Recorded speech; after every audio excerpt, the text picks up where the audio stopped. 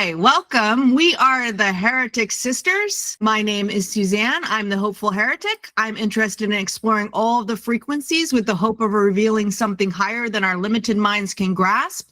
Questions I'm pondering: what is the truth? Can we both have an individual truth and a shared truth? Is it possible to be an individual within a group?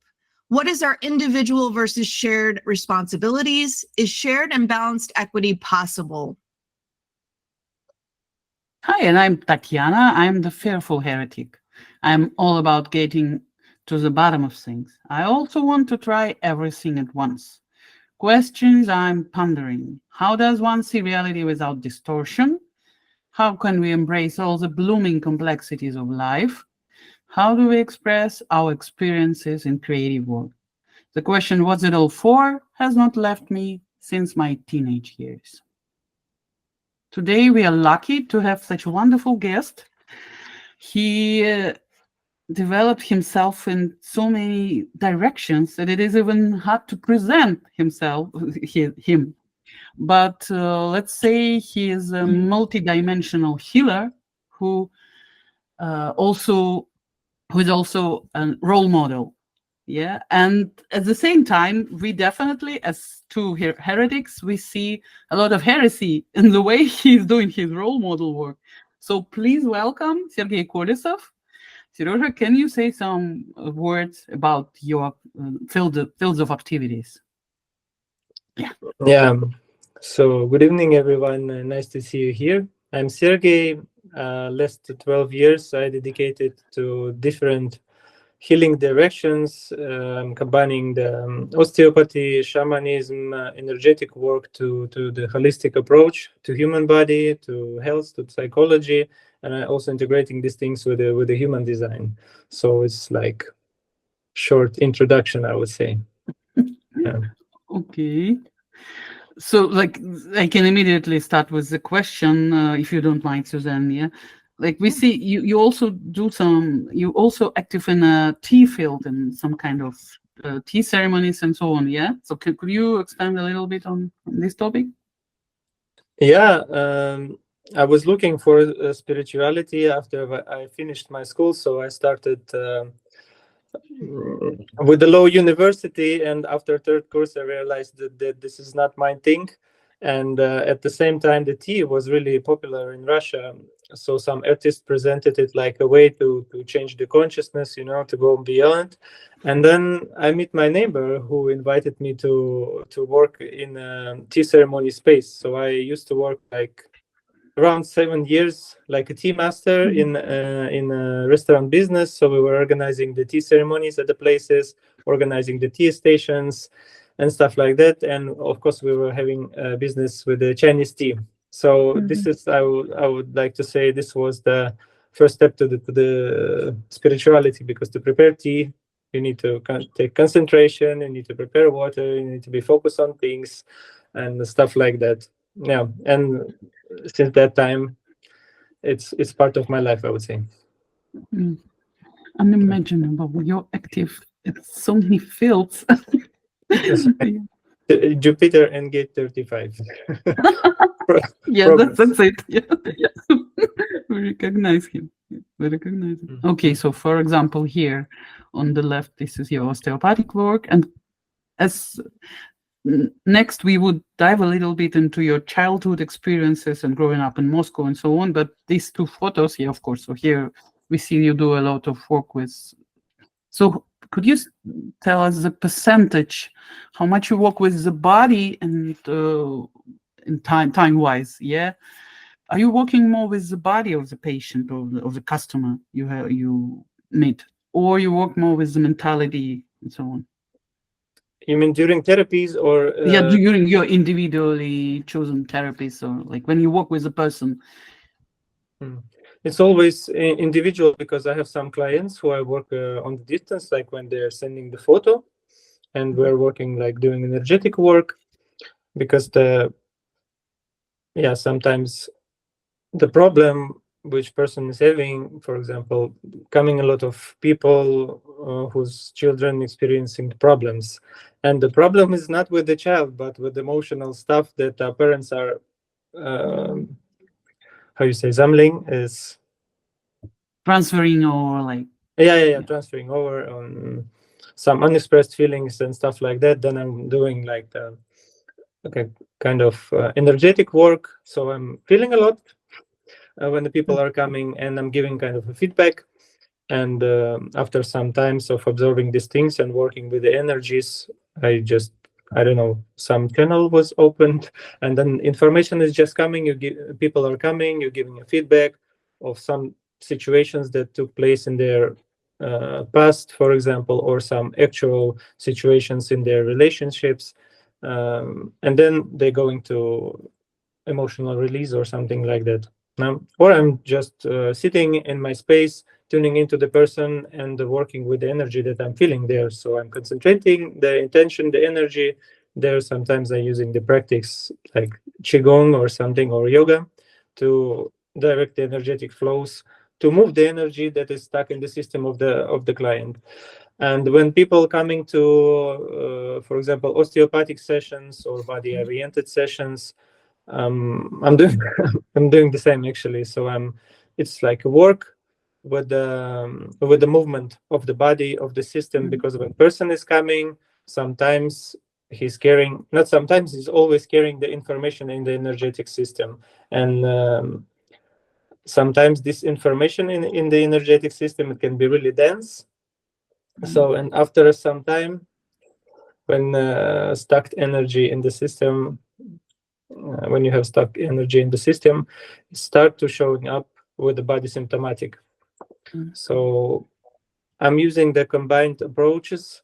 Sometimes when it's needed, we're working on this psychosomatic level with the soul, with the shamanic techniques of healing. Sometimes I'm using my instruments, and sometimes I'm just sitting still and observing the rhythms of the body, like in a classical osteopathic concept, like craniosacral therapy, when you're just observing the rhythm of the body. And the main thing that our body is like a river, and the energy should flow. And then when you're tuning in a calm space, then you're able to see these differences in the body, how the energy is moving when it got stuck. And then you're working with these areas.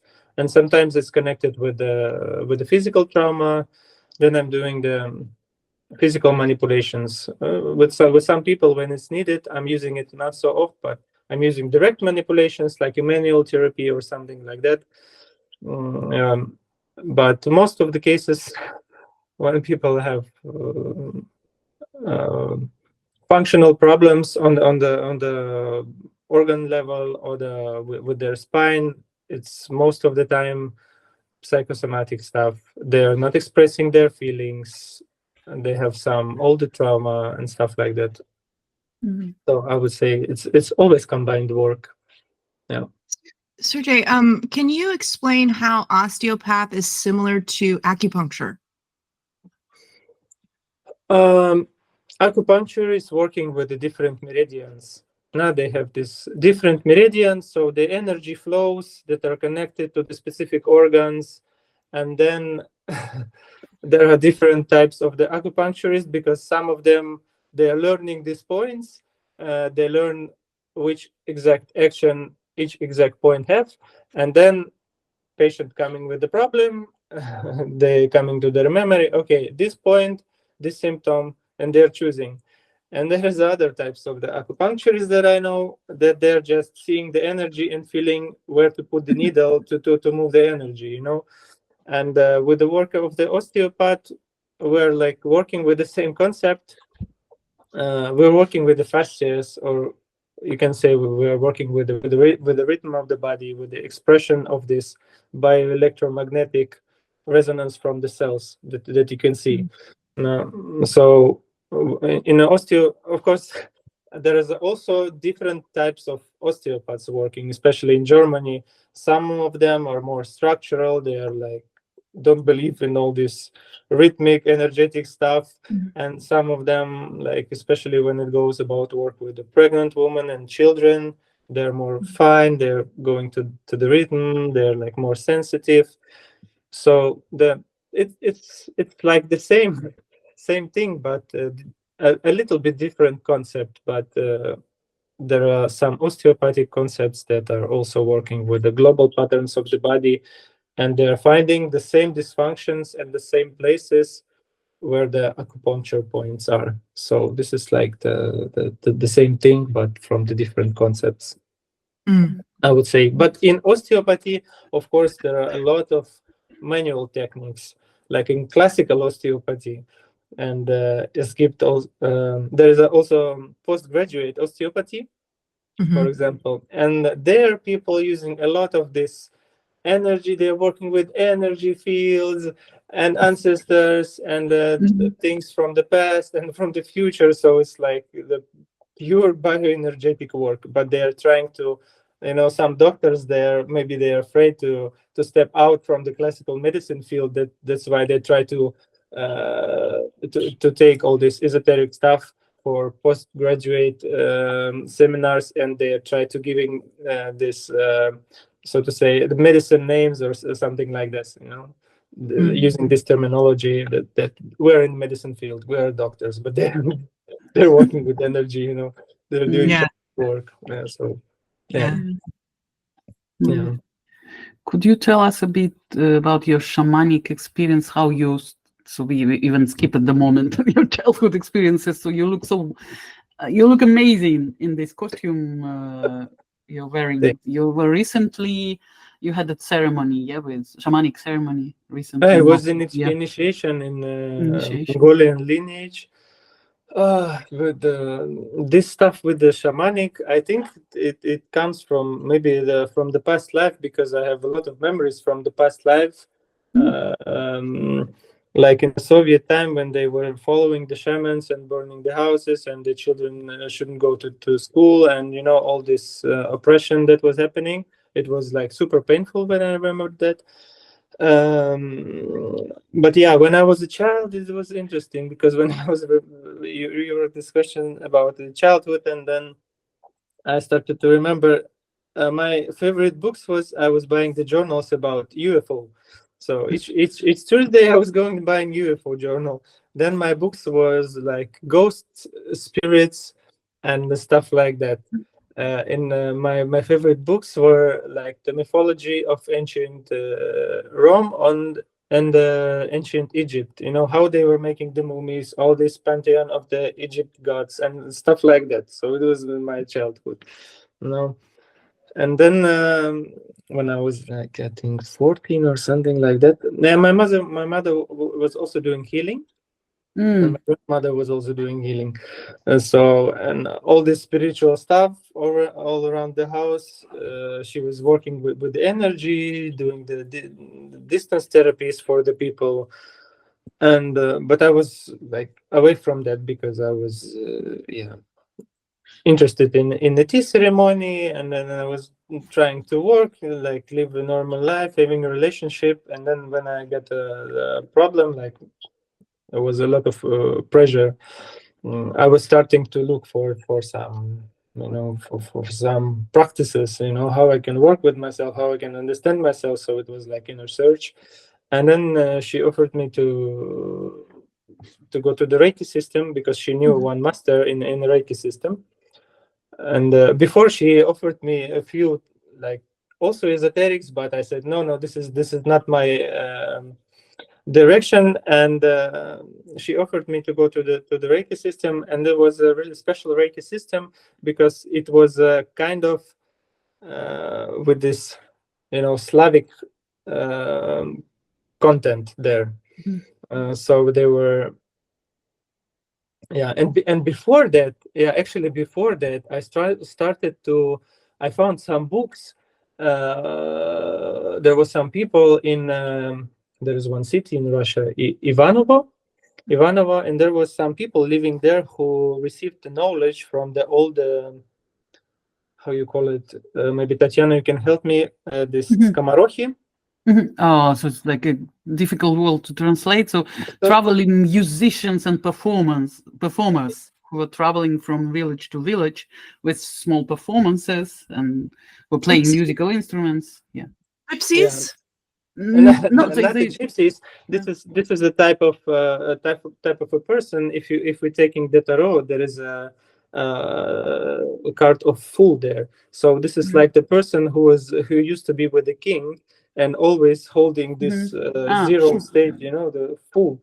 Yeah, but actually these people, they're like a children, but they were carrying a lot of knowledge. So there were some people who transmitted this knowledge about how to clean the consciousness, about rituals, about distance work, distance healing, and about how they saw the consciousness and how do they work with it. So they transmitted this knowledge, and there were some books and the seminars. So I participated on the seminars too. It was in Yaroslavl. We were going to the old man, and then people were collecting together, and they were sitting at the beginning and they were writing the whole night. The whole night they were sitting and writing, and some people were dealing with their emotions. So it was like the way of the purify the consciousness. So he was giving some practices how people can deal with their shit, and then they're going to celebration. So we were sitting there till like 4 or 5 till night, writing all down, having some talks, some movements. He was showing some works, how you can work with the person and interact with these thin structures of the person, how you can make healing also. And then after that, we have a celebrations. So we were going on the ashes and playing these traditional Slavic games. It started with that. And after I found this Slavic direction of Reiki, so it's also resonated a lot. So yeah, and I started with the healing, and I started to look for the different schools. Started with massage, with bioenergetics, different masters. Then I started with the osteopathic school, and I used to work there on the project, like 3 or 4 years, like a teacher. Because after I start to work there, I get an invitation in the clinic, one of the osteopathic clinic in Moscow, and I was also working on the project. Like we were teaching the groups with the people with the osteopathy, and after some time I was working there, I was looking for something different. So I met some shamans, I met human design, and after few meetings with the Siberian, Yakutian shamans, I realized that this is quite something special. So I finished my work on the project, especially with my start with experiment of human design, because I start to pay attention, because I'm a night being. So to say, I was more active at the evening time and the night time. And then I realized, okay, I have a group of people, like 30-person, and when I starting to giving set in the morning, it was like really difficult for me, and the whole energetic dynamic was like really slow. And then when I was working in the evening time, the energy flow and my aura was working like completely different, and I was observing that time. And then coming human design knowledge with all this PHS story, and then night determination, and then I have a touch cognition and stuff like that. Yeah, you have a touch cognition. And it was like puzzle. And I said, okay, this is something interesting. Yeah. Yeah. Can I want to make sure I understand this. So you kind of got initiated slowly into the path that you're on now, and your mom, was it because you just didn't want to go down the path that your mom was going down specifically, and so she kind of led you down the path a little bit slowly? Because it sounds like she introduced you to the right Reiki class that kind of initiated you further. Yeah, she didn't initiate me. She just offered, because we had the Reiki school there. So she just offered me, would you like to go to the seminars and just to take a part, listen what they're talking about and stuff like that. And I have really good feeling, like I'm coming home. So it was Okay. like that. So you had the response, yeah, actually. Yeah. It was like pure response, because This before is very she interesting. used to go in different esoteric schools, and I was like looking at that, like, no, this is not mine, this is not mine, this is not mine, and this, so I was straight away, yeah, this is my thing. Mhm.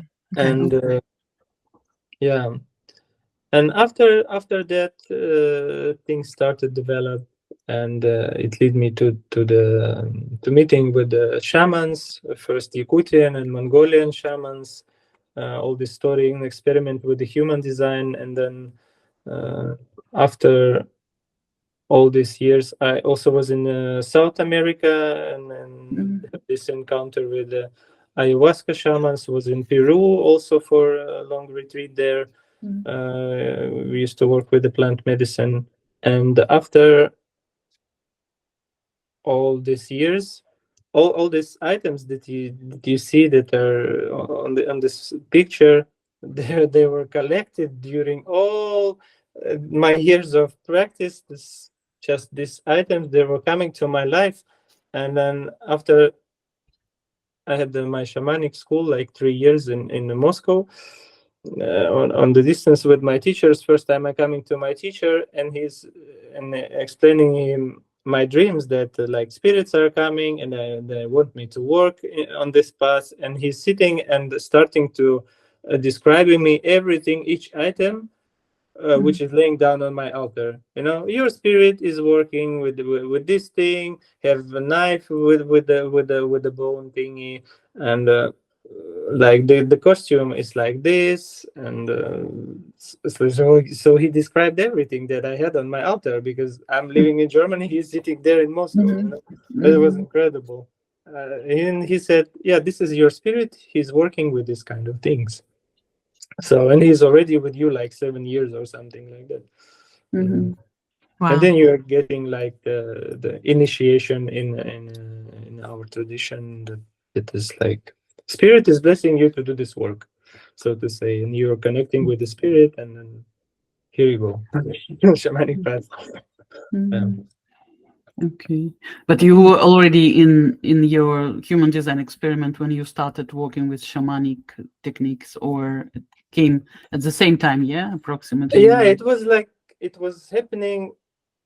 Everything was going parallel, because human design came to my life in 2010 or 2011. When I started with Reiki. And when I started with Reiki, there was some people already who's going around, I see this human design thing is really interesting.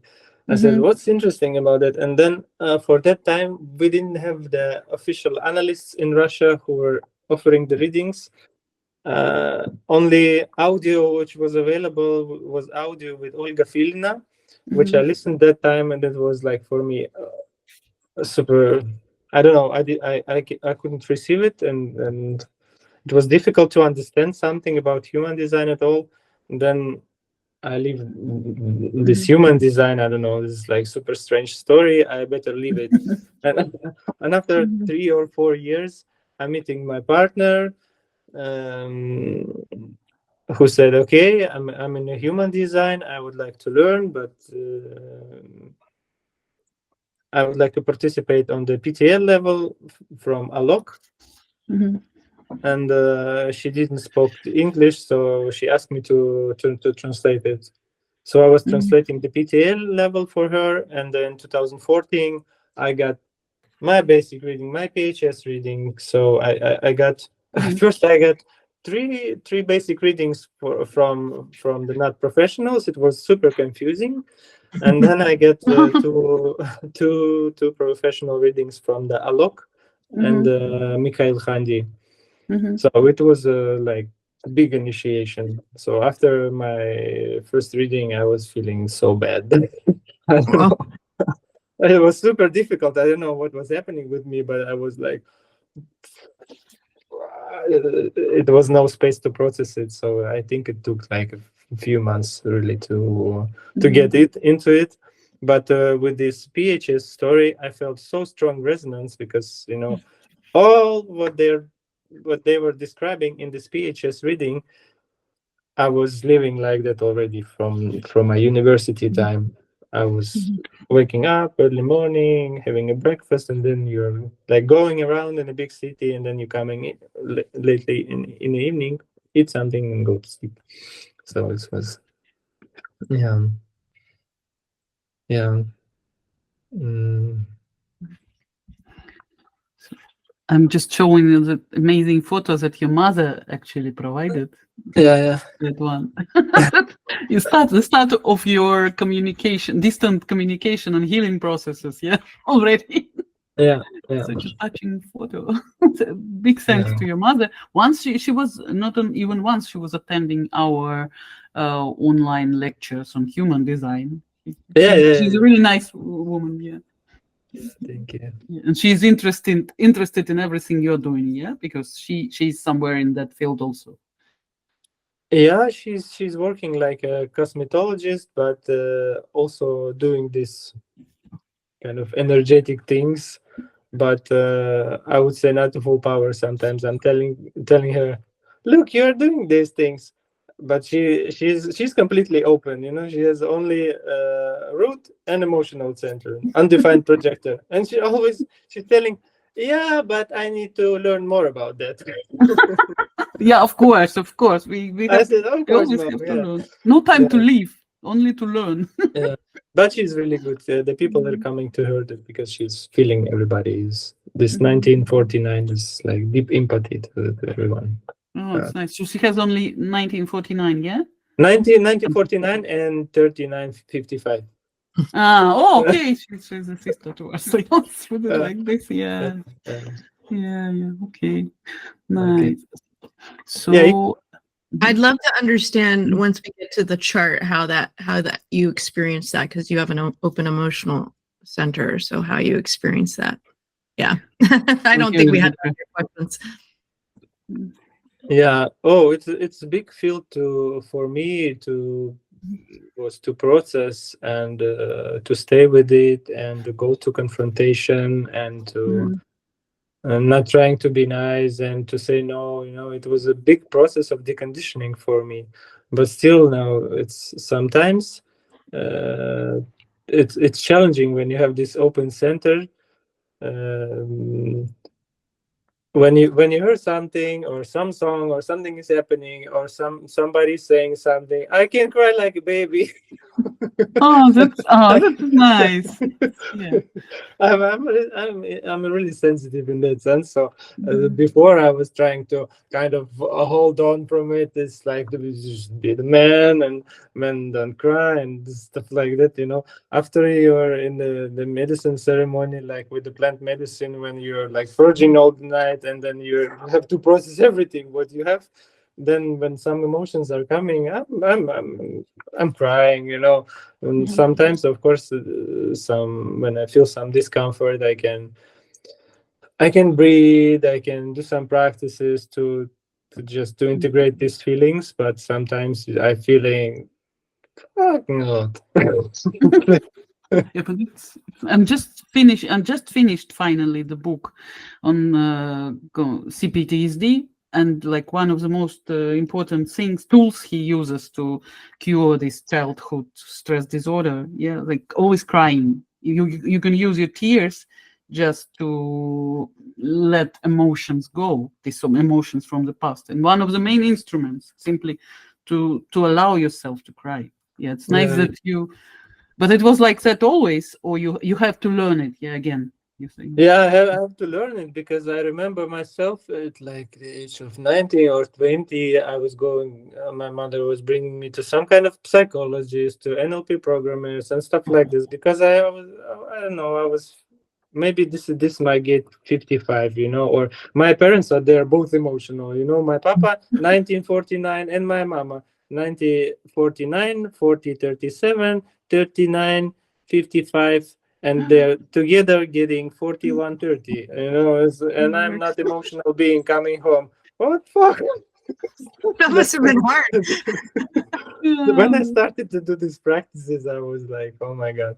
Yeah, when I realized when it came from, you know, my parents are both emotional, I'm not. It was challenge when I get this understanding with the human design. I said, okay, now I get it. But Yeah. you were standing strong because of your 52.9 channel and your 1020, I would say. What could you? This is really interesting for me. This channel of awakening, yeah, 1020, 1020 doesn't matter. But it also helps you, aims you always toward your authenticity. Yeah, to be yourself. You have to be yourself to be awakened like yourself. Uh, have you, do you agree, did it help you to stay by yourself, your feelings and your life direction, even though your parents, I suppose, expected you to do some other things than healing career? Yeah. Mm. The first of all, to the last thing, I wouldn't say that my parents expected from me too much. My father never told me that you should Mm-hmm. reach something or something. He was like, okay, to four detached, you know, he was on his thing, hermit. Only thing Mm-hmm. that my mother told me, you know, go to the law university. You know, this is like, this is nice thing. You don't go to army. I said, okay, mom, I will try. And then she was busy with her own thing, and I was doing my own way. So that's why I'm really grateful to my parents that they were not putting at me some things that I have to be someone, or that I have to reach something, or I have to become someone. So it was like the easy thing for me. But with this 1020 channel, yeah, I have many times, especially from my like relationships, the feedback that I'm really egoistic. Like, you are doing yourself. Yes, I'm doing myself. It's just me, you know. And I'm like feeling this innocence, you know. And but it's somehow stimulating people also to do their thing, you know. They're, Mm-hmm. you're fucking egoistic. Okay, then I will do also my thing. Yeah, do your thing. Yeah, feel Yeah, it. come on, do it. Yeah. Like, what's your problem? Yeah, but how it being expressed, that I'm always have this voice that is coming from somewhere, talking in the now. For example, now I'm just sitting on the kitchen, and then like everything that is happening in my body, it's just coming from the nature, you know. My breathing is just all the hormonal processes. I'm, even when I'm moving my hands, I'm not how you can, I'm not managing this movement. It's just happening like by nervous system, you know. Who's doing that? And I'm kind of like the like observer in this body, you know. I'm like detached a little bit. So, and this is just life happening, and I have no other option as to follow the life. So, but okay, some people can think this is egoistic, but it's just the way, you know. I cannot do it in another way. And then when I'm speaking like that, okay, some people accepting this, some people not. Yeah, okay. Suzanne, you had a question regarding partially conscious sacral center. Yeah, well, I Did mean, you you want have a to- lot of partially conscious centers, and I was very curious about, because some people who have the half conscious sacral specifically have a hard time. I bet you have the nine, conscious, but I have a hard time hearing their sacral, or understanding what that means, the response, because it's not fully conscious. So I was just curious about your experience.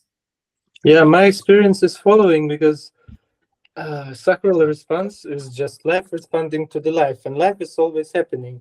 What I don't understand sometimes, this 52 thingy, because I would like to be focused on something, for example, and then you find yourself just sitting, and then you're just observing yourself, and like, why you're sitting, why you keep sitting, and then you can do nothing. And then one moment is something is happening, body is going to responding to something, or before to start to go to communication, or to manage the projects, or to do something. It's always stillness, and you never know how long it will take, when your body will stop.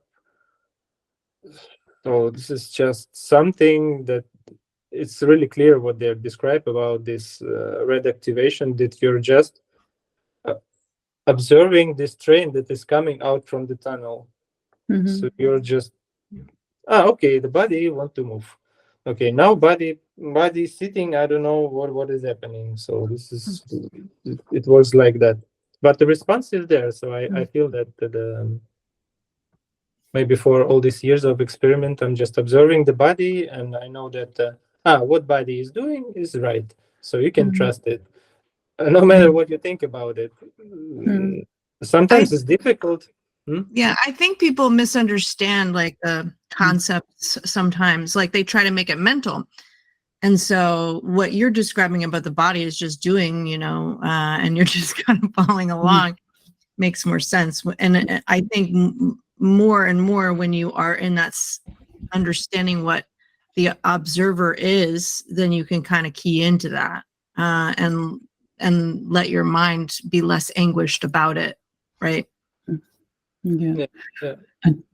Just had an experience very important for me, like for the person who has difficulty, definitely have difficulties with listening to the body, to my body, like because of I'm triple split, because of my childhood, doesn't matter. Yeah.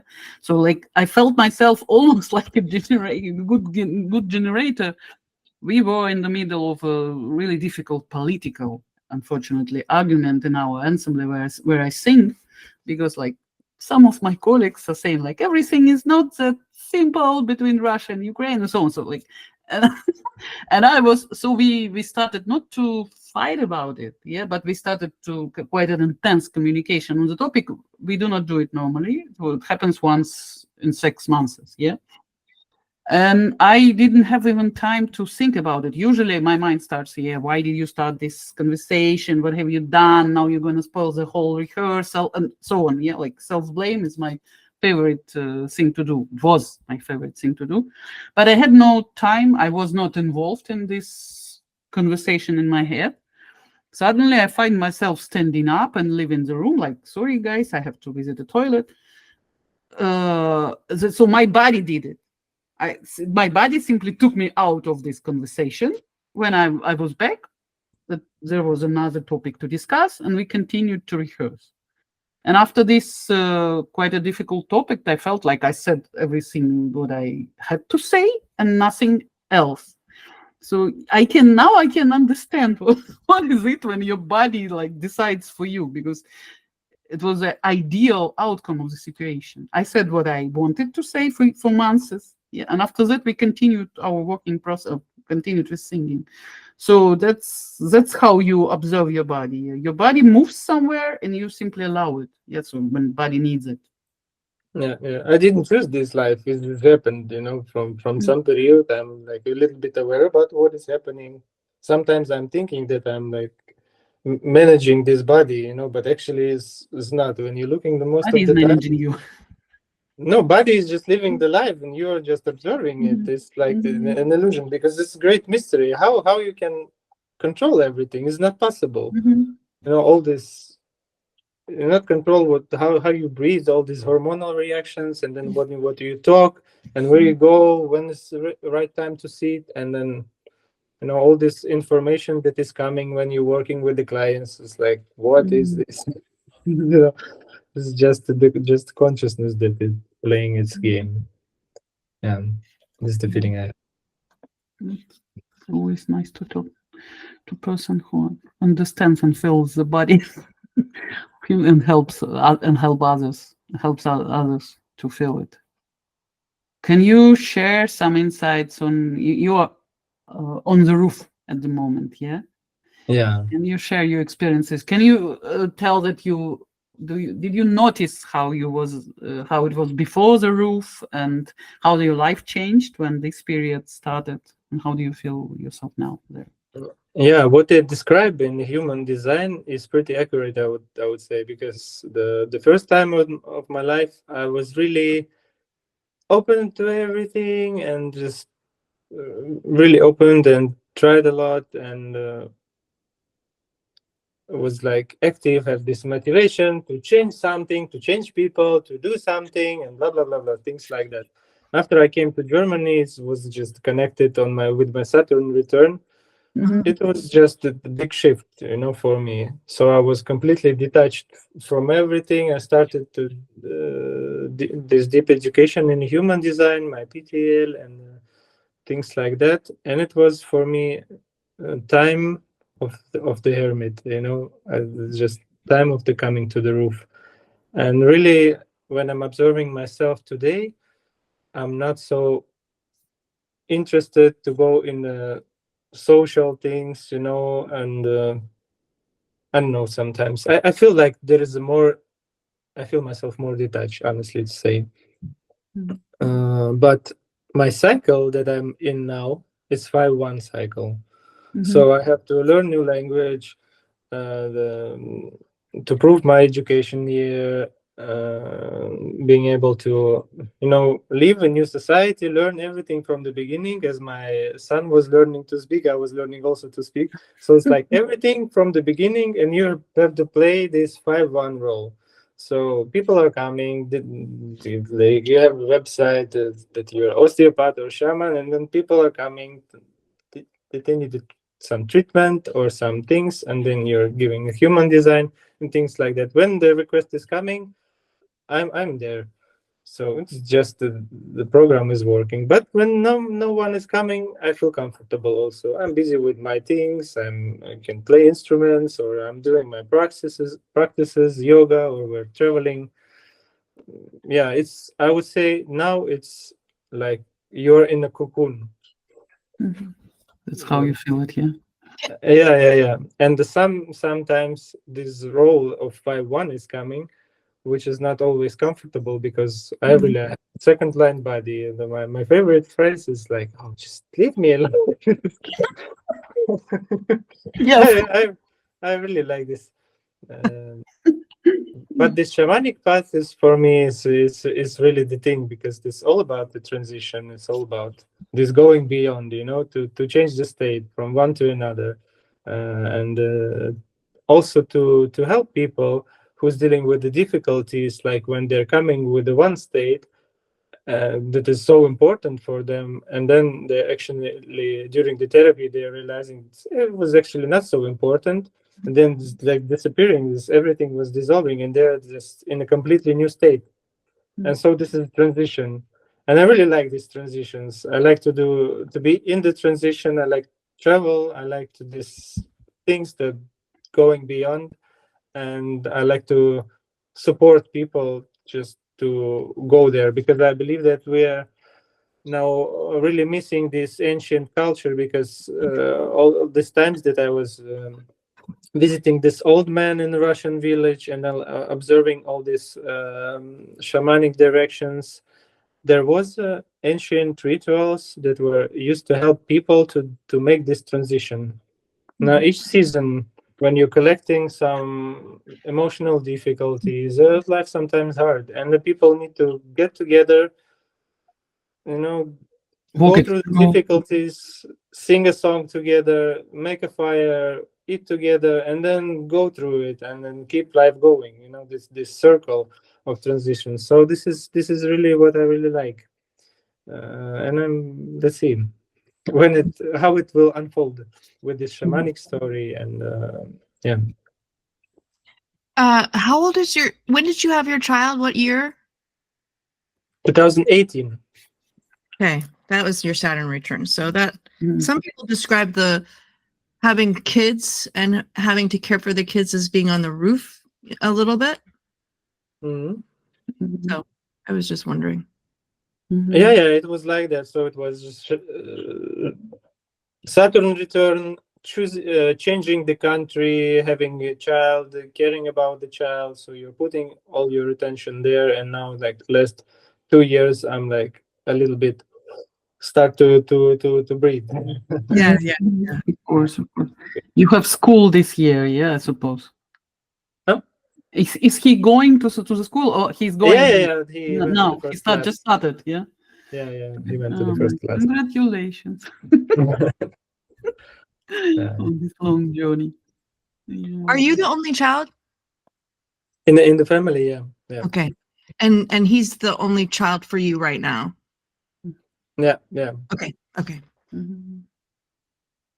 Okay, then would you like to start astrological part of questions, Suzanne, or we can dig a little bit deeper, more in human design chart? Whatever you want, whatever you think is good. Like I'm just checking if I had some open. So it doesn't look like you suffer a lot from typical open ego problems. Can you share some experience, or do you still try? Are you still trying to prove yourself? So how are you dealing with this stuff with open ego? It's interesting thing, because when I came to Germany with my first partner, my ex, she has a defined ego with this 25, 51, 21, and all this full power. And then I was observing, I have this power, then I will do the language and discourse and Heilpraktiker, all this medicine education. And it was super a lot for me. And when we already like 2 years that we are living separate, even more 4 years or something, yeah, after we get separate, I was observing myself, I don't have energy for that. So it was like absolutely natural, and your body is just sitting, and then you didn't have energy for that. So I put it on the pause, and then it was a difficult time. Now, and with the partner that I am now, it's also defined ego. 21, 51, 26, 44. So I have some energy. Lucky you. So I have some energy, and it's like as Ras said, to do something in this material world, you need to have some defined ego behind you that is giving you this power. So, but of course, I'm gentle to myself, and sometimes I can learn and I can do things, but sometimes I have my pause when I have like, okay, no, I'm just sitting and I'm okay with that. I'm not working now. When I'm telling me, okay, you're not working now. Before it was super difficult for me. Why you're sitting? Why you're doing nothing? You have to work. But bodies don't want to go to work, don't want to take clients and everything, and it was super difficult for the mind that you have to this. But with the human design, I have this release, that you, when the body is not working, when it's not ready, when you have not enough energy to communicate, to give them the energy to the treatments, then you're not there.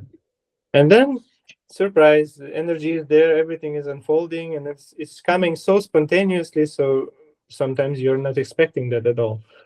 So I think it's easier for me, but with open ego, you never know. Of course it was difficult sometimes when you I have this period in my life when I have to push myself hard to work that on the work that I and that I was feeling like, oh, it was too much. But I was working because I was thinking that I have to pay my rent, I have to care of family and stuff like that. But then I was sick. Yeah. But after a few times, when you're realizing something, then you think you get better, but you never know what will come. I don't know what I will realize in a few years about my in the now cycle. But I would say that I can breathe freely, that I'm observing myself like a few years, or like when I'm observing photo of myself, and so it's kind of a progress is happening. I'm happy. No, I feel more satisfaction. My energy. How do you describe, like, so you've got the 40 hanging 40, so there's some kind of love of work, love of being alone, like you said, and then you get really concentrated on what you're doing. So there's some part of you that really loves that process of whatever you're interested in, whether you call that work or not. Would you say that was accurate? Yeah. The 40 is love to work for the people you love. Yeah. And of course, when my love is there, when my wife is there, I really like to work, because when you're working, it's nice to share the results. Then to receive this support, to share this, to have this joy, and it's really nourishing you. But I'm also observing when I need a pause. This Unity. is important part. But I really love to work for the family, and when I'm working, I'm sometimes it was also how this undefined ego works. I could earn something and spend everything to my family, like give everything. Yeah, enjoying it actually. Yeah. But because you don't have an understanding, you can give everything at the one moment, and then you're sitting like, okay, it's like inadequacy in the material plane. Sometimes happens. Mhm. And just one more human design related question. So let's talk some heresy. How do you see IHDS and the education system in human design? How do you perceive it? And do you feel kind of guilt for combining all the things you know and implementing human design, interweaving, or how to say, like you connect it with totally different topics? And as we all remember, it is said by Ra the Great and his colleagues, like, please do not mix human design with anything, the pure learning, the pure knowledge, and so on. So how do you find yourself in this seven-centered system? Yeah, like it is often said on the internet. Mhm. I don't see that there is some conflict in that, because I'm not mixing something to the human design, because purpose of the human design is deconditioning and to finding your true self. So, and I built this concept when people are coming. Mhm. First, they can receive the therapy, for example, when they have some body or the psychological traumas from their past, and then they got healed, for example. But there are also some situations in their daily life that they don't understand about themselves. When they don't know how conditioning is functioning, then they permanently get in the situation when they got frustrated, they experiencing anger and stuff like that. um, when they're not able to deal with their energy in the right way, there's always the disease building up. So this is for me, the human design. It's a nice tool to give to those people who want to work on themselves and who want to follow their way, and to be connected with their energy. So this is like for me, it's a step-by-step process, because when we're working with the body, when we're releasing, for example, the old traumas, or I can use the body graph to ask person, hey, what are the situations that you're proving yourself in a daily life? And then some topic can come from childhood, some older trauma, for example, or what are the situations that you are experiencing now and avoiding the conflict and confrontation. And sometimes I have the therapeutic effects when I was giving the reading, for example, and the one woman, she had a problem with the shoulder, and she was also having this channel 9049, so it was really important for her to express the feelings. But in the childhood, it was not so important, and nobody never recognized her feelings, so she was thinking that it's not important. And then after she expressed with the family everything what she feels about it, so The pain was body, gone. yeah, pain was gone. So that's how I combining these things. So I'm offering the osteopathic sessions when people are having trauma. I'm offering the human design when they want to go deep and understand themselves. When they understand themselves, they have less resistance in their body, so less tension. So it's helping. And about the education in IHGS, I don't know. I think it's a bit commercial, but I think it's good, because I also participated some seminars from the German Association of Human Design, and it was not so full, I would say, as the courses from IHGS. So they're providing really a lot of information, and also there is some specific frequency you can feel there. And if you're taking the people, for example, like here in Germany, who's offering like everything, become an analyst in a 3 day for 150 euro. Then it's Really? Do it's you? It is also possible. Yeah, I didn't see. like yeah, become a human design analyst for Wochenende course and weekend course. Yeah, weekend course. Oh, Oh, that's Ra very cool. used to do that when he first started out, Mhm. right? But it Yeah. takes time to digest the information. It's not just it takes time for you to digest all of that information. Even if you were taught to be an analyst, you can't just take it on as a mental idea. It takes time to get it into your body, I would think. Yeah, I honestly said that I started my human design experiment, like I get official reading in 2014. After I finished the first PTL, I started to practice with the giving the readings. I started my PTL in 2017 or 2018, I don't remember.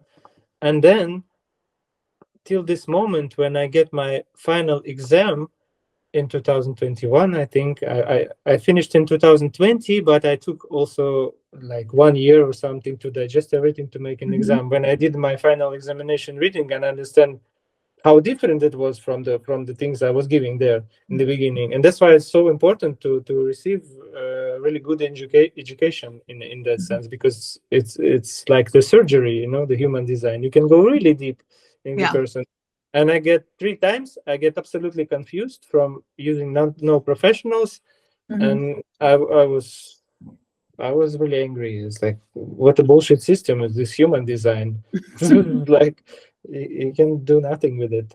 Yeah, and a lock is quite impactful. So, Yeah. and he's been Yeah, doing it a very long time. And So, the yeah, connection to the source is also important, because I believe that this lineage is also something that should take place.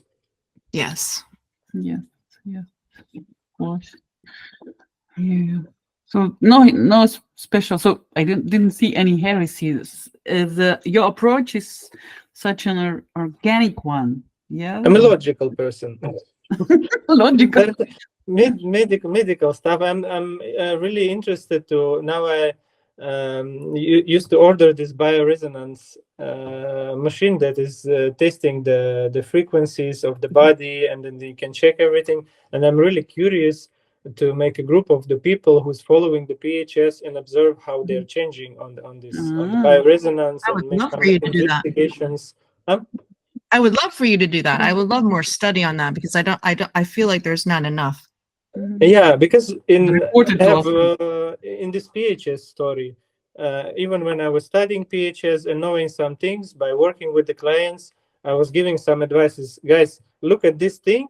Maybe try to change the nourishment pattern of your child towards this. And I was looking what's staying in the design, and they were practicing this. And there was a lot of cases that the children were started to go to toilet normally, started to sleep normally, skin problems were away. By myself, it brought the big healing. For example, with this skin issues that I had. So this PHS, it's difficult to explain from the medicine concept, because I'm like last 4 years I'm studying this medicine, this classical medicine, German medicine. Yeah. But I'm curious to observe how people experiencing their design when they're going to experiment, what changing in their health system, and to take some analysis, like to check the blood parameters after some period they following the PHS, or to check it on the bioresonance. It can be quite interesting. At least something, that you can touch. I think Even that, psychological tests could be done, yeah, like in the beginning of experiment, like 1 year later, and maybe you can trace some changes in a psychic on a psychic level. Sorry, Suzanne. Yeah. yeah, I think, and I have never had a true, I probably have never had, I've had experiences with readings, and I went to a lock for a couple of things, but I've never had a true PHS reading or anything deeper. I'm a self-studier. I know a lot, but I wouldn't claim to be an analyst or anything like that. It's just something that interests me. But from a PHS standpoint, I think it's extremely dangerous for people to be teaching that without a true, full understanding of it, because all I see out there is people just bizarre things that they're saying.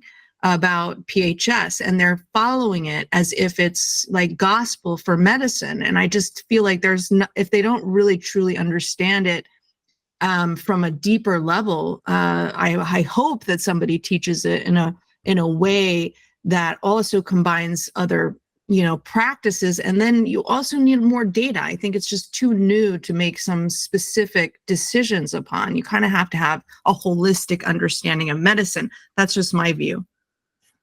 Yeah, I think it's process and unfolding process. It's not like you're downloading the app and just I have the single determination. Now I'm eating everything separate, and here you go. Then you have this balance on electrolytes. Your intestines going down, and it's difficult topic, but it have to be investigated. But Yeah. I'm really curious about that. I would love for it to be more investigated. So please investigate it more and share the knowledge. Yeah, let's see. But as Peter Schober said, as long as we are living in this seven-centered world, the human design will not be accepted as a science. And yeah. But I think we don't have these instruments to prove it or something, only by these small tests or some small researches or some groups that we can collect. And the question is, do we really have to prove it? But like observe definitely can help. Yeah, like for example, something is stated. So if you follow your PHS, you feel that and that symptom. Yeah, so like release of the symptoms, for example. And if you simply trace it, like it's a really dangerous thing, because for me it was a radical transformation when I started with this PHS. I was like a little bit fanatic, as a second line. I was going like, okay, don't eat at the daytime. Okay.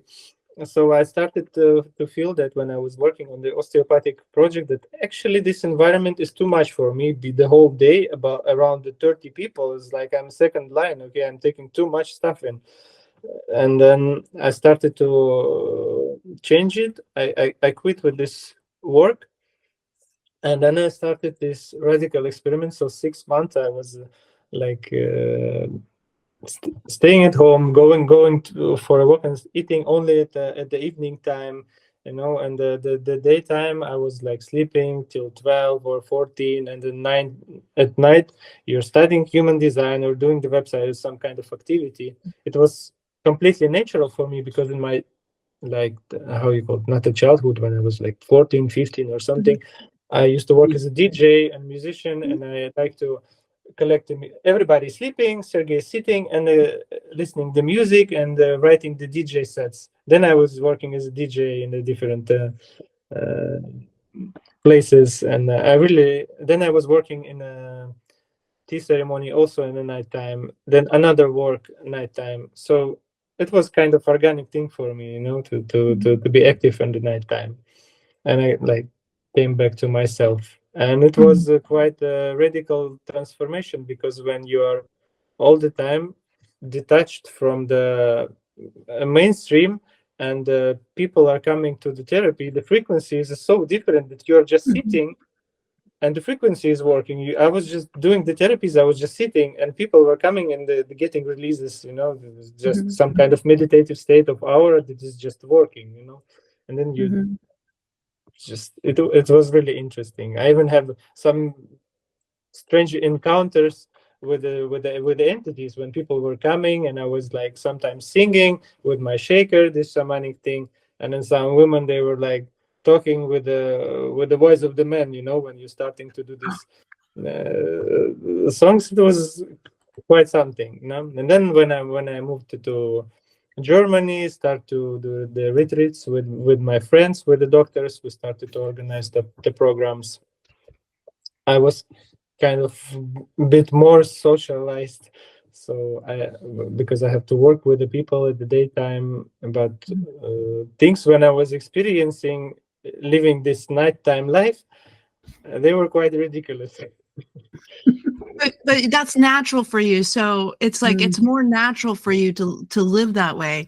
So for me, it feels like PHS is just something that comes organically to us. We don't put it upon us. It's just something that is part of us from, like whenever I found out that I was hot thirst, I was like, I drink liquids all the time. Like I've always drank liquids. I knew that was right for me. Now hot, I don't know, I've started to experiment with it. I know I digest information that it has to be something I desire, that I really, really am hot for. But it's like, I think a lot of people try to apply it to them, and it's so specific to time of birth. So if it's not natural to you, I don't think it's something that you should do. Like you should experiment with it and see that it's natural, like you experimented with, and you were like, oh God, that's exactly how I organically am. If I allow myself to be that way. Yeah, and it's completely, sorry, this thing is completely changing these 7-centered things, because 4037, this 4037 story is all about eat together. This PHS thingy is completely antisocial thing. I don't eat this, I don't eat this time. You eat different, I eat different. Maybe we don't eat together. Then what we're gonna do together if we're not eating and not struggling for life by going to work and then raising the children? What we're gonna do? It's like nothing left to do. Completely new level of the relationship for some people can be. For someone can be like a struggle. Yeah. But I see in this situation, so like your natural ability, or maybe developed ability, to feel, to sense your body, to live in accordance with the needs of your body, shows up in how you follow your PHS, and that's why also PHS works so clearly well with you. Yeah, so you are connected with yourself more in this sense, and then when you experiment with PHS, it shows up relatively quick. Yeah, but for some people, maybe like Dina says, like 7 years, just don't even think about PHS. Like forget about it. You're not grown up enough for it. Like there is also this approach. I'm still struggling sometimes with that. I many times I went to the confrontation with this, because when you're learning the medicine, you think, maybe this is bullshit. Maybe this is, what you see becomes your reality. And when I try to confront it, the body showing is not really good.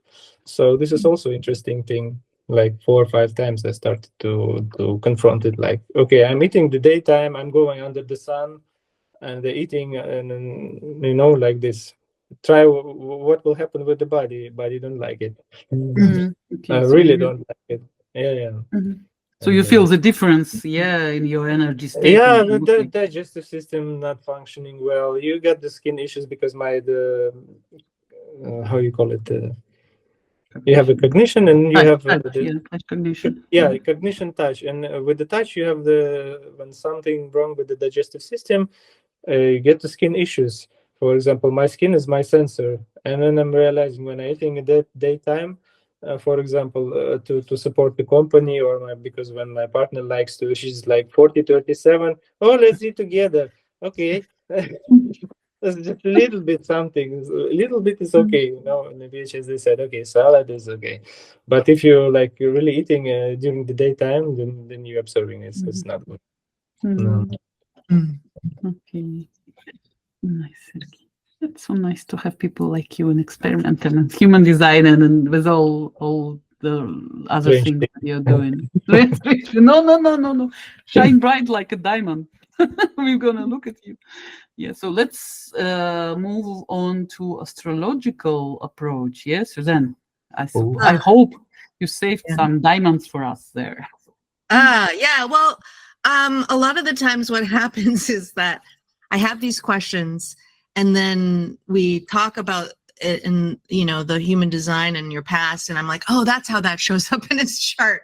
And I always think, and I'll talk about this in my judgments, is, when you're looking at the human design chart, or when you're looking at the astrology chart, you have some assumptions that you have based on that mapping but it's really a conversation with the person and validating what you see in the chart to make sure that it's correct, or that that's the place to go. And I think the best part about human design and astrology is not saying this is who you are, but saying in conversation, this is what I'm seeing, and how does that show up for you?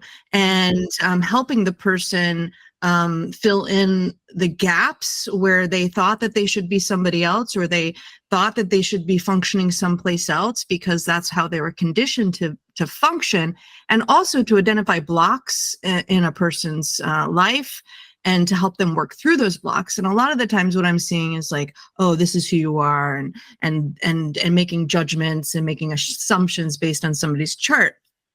So that's kind of, I had some questions that I threw at you. Is like, well, it sounds like, you know, and I want to kind of understand this a little bit more, is that you have a very active mind and your mind, and I saw that in your chart. There's a lot of design activity or unconscious mental activity, but that maybe you weren't aware of. But in your astrological chart, you've got Mars and Mercury up here at the top. And there's a lot of mental activity that's going on that I see. And I was just curious, is that what you were identifying when you were having your issues? Your mom was trying to get you to go to NLP or some of the healing modalities. Was it something that you were struggling in, kind of like your mind was taking you one place, and that's why you needed to go to the Reiki sessions and things like that? How would you think about that, I guess? You know, it's really difficult to remember myself in that period of time what I was experiencing, but probably there was some difficulties, like the, how you say this, that were inside that I was not aware about it. Because when you're aware about something, there's no difficulty. Yeah. But there's always some misunderstanding, and people always don't have a time. If I was a child and somebody gave me the human design reading, or to my parents, that my parents could explain me how my system is functioning, how my mind is functioning, or for example, sometimes I was observing myself when I'm eating something during the day, my mind goes completely to distorted frequency, that you start to think about some things, that you have some problems and things like that. And I would say that PHS is really tuning your mind in a healthy frequency also. So maybe those problems that I was experiencing, because I couldn't say that something was helping me when I was going to NLP psychologist, or like when I went to the Reiki system, that something shifted. It's difficult to say for me, but probably there were some issues there, and for sure there was some I don't know, stuff from the past life, or from my I don't know, childhood experience. Because in this Reiki school we were working a lot. They were giving techniques how to work with your past, for example. And then for my channel of retreat, you know, if you look at my human design chart, this is this gate, moon and gate 33. So if you're in a weak position, go to retreat. And what I was doing by this Reiki, I was sitting and harmonizing the situation from my childhood. I was sitting, somebody gave me this instrument how I can sit and actually reflect on everything what has happened in my own space. They just give me this technique, and it was like super helpful for me. So yeah, I would like to say that I have this mind that need to take time to reflect on everything, and to go to this clarity. And I'm using all these instruments, breathing, yoga, yeah, all the different techniques, just to go in this clarity, so to say, to Yes. reflect on everything. Yeah, and I see that in the story that you developed when you talk about past lives. So in evolutionary astrology, the past life really comes through your south node, and I wasn't sure how this showed up, but you have Mars right here next to your south node, and you have your sun. So when I asked you about, did you feel like you had a lot of expectations on you? when you were younger, because usually they talk about past lives, but it's also when you're younger. So that there's this in this story that you could unpack in this chart. There's, there was a past life of being very charismatic and individual, and Mars is a symbolic of some kind of violence that happened and snuffed out your life. And so in this life, you came in, again, you're kind of coming in to experience. You said something about everybody thinks you're egotistical. The sun is the reflection of your solar energy. And so that's just natural to you. Leos are kind of, I think from an astrological perspective, people always think, oh, Leos are egotistical, but it's not true. It's more about, they're very in touch with their creative life force, right? They're very in touch with who they are artistically. It's in the 9th house of travel and, mysticism and astrology. So you do definitely have this past life of this knowledge that's coming forth from you, but it was possibly, you had a violent ending. And so you're going toward not being so focused on who, this solar part of you that you've already experienced in past lives, but you're going toward being one of the band. So a collective, a person of service. And then I saw that your mom, there was something going on with your mom. Your mom is the moon, and she's a healer. So she's got Hygeia, which means healing. So she's a healer. She's a past life healer. But there's some tension. And I heard you say that your mom, there's some tension about the way that she went about her esotericism, and you didn't really want to follow that path. You were very in tune with your own path, and you were discovering as you went. So I was kind of curious about the tension that you might have felt. But I heard from your story that possibly that was the tension, is that she's got her version of how she has been a healer in life, and it wasn't quite your thing, so you had to kind of discover it on your own. Yeah, I can say that she was not pushing me to this healing directions. What kind of invitation would you like to? This is the thing that she was asking. But one situation that you're mentioning, I can remember, for example, with these expectations, it was about the school, but I was so super stubborn, and then she found like super nice school with close by, really like for really good people were learning there. And she said, okay, I found for you this beautiful school, you will go there. I said, no. How?